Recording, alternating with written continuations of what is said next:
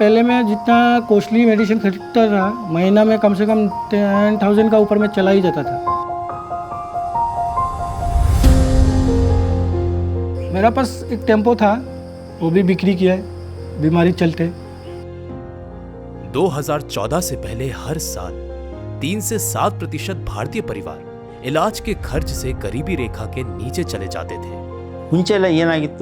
पहले अगर किसी मरीज को कैंसर हुआ करता था तो उसके इलाज से पहले कई बार उसकी प्रॉपर्टी और घर तक बेचने पड़ जाते थे, इतना खर्च होता था। लेकिन 2014 के बाद ये हालात बदले।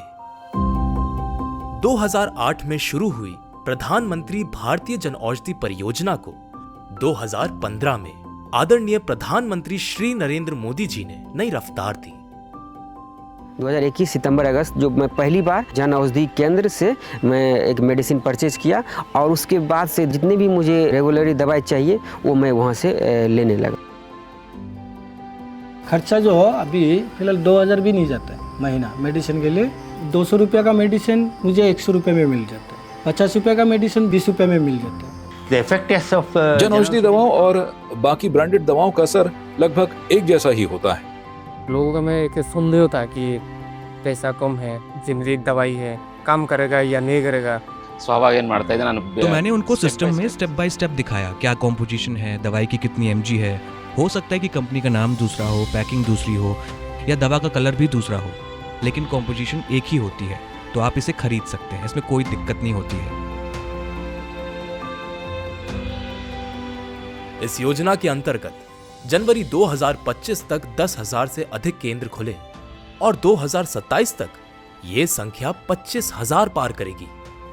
यहां 2,047 से ज्यादा दवाइयां, 300 सर्जिकल उपकरण और ₹1 में सैनिटरी नैपकिन जैसी सुविधाएं उपलब्ध है।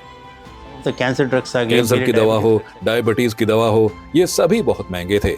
जन औषधि प्रोग्राम के आने से ये सभी दवाएं बहुत सस्ती हुई हैं, लगभग 50 से 80% सस्ती।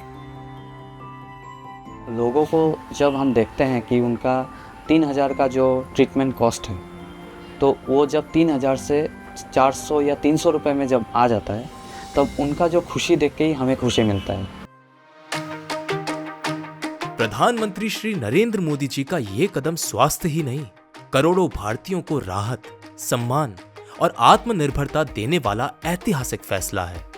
आम जनता को देख के ही बनाया गया जन औषधि। जो दवा अफोर्ड नहीं कर पाता था, शुगर का, बीपी का, वो यहाँ 12 रुपये, 15 रुपये, 17 रुपये पत्ता करके मिल जाता है।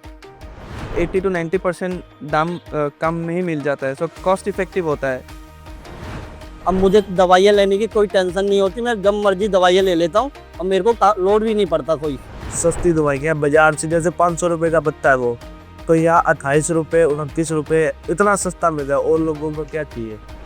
जो दवाइयाँ मैं 4,000 5,000 में लेके जाता था महीने भर का, तो वो दवाइयाँ मैं करीबन 1,000 से अंदर लेके जाता हूँ।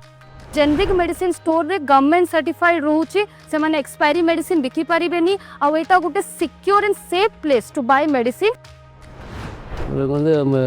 कासु निचो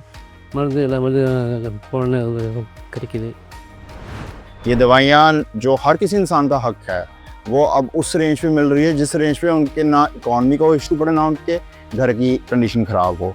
मेरा मानना है कि देश के प्रधानमंत्री श्री नरेंद्र मोदी जी ने बहुत बढ़िया काम किया है। एक डॉक्टर होने के नाते मैं ये कह सकता हूँ कि एक सबसे बढ़िया काम है जो एक प्रधानमंत्री अपने देश के लिए कर सकते हैं। प्रधानमंत्री भारतीय जनऔषधि परियोजना सस्ती दवाओं से आगे बढ़कर अब स्वस्थ, सशक्त और आत्मनिर्भर भारत की पहचान बन चुकी है।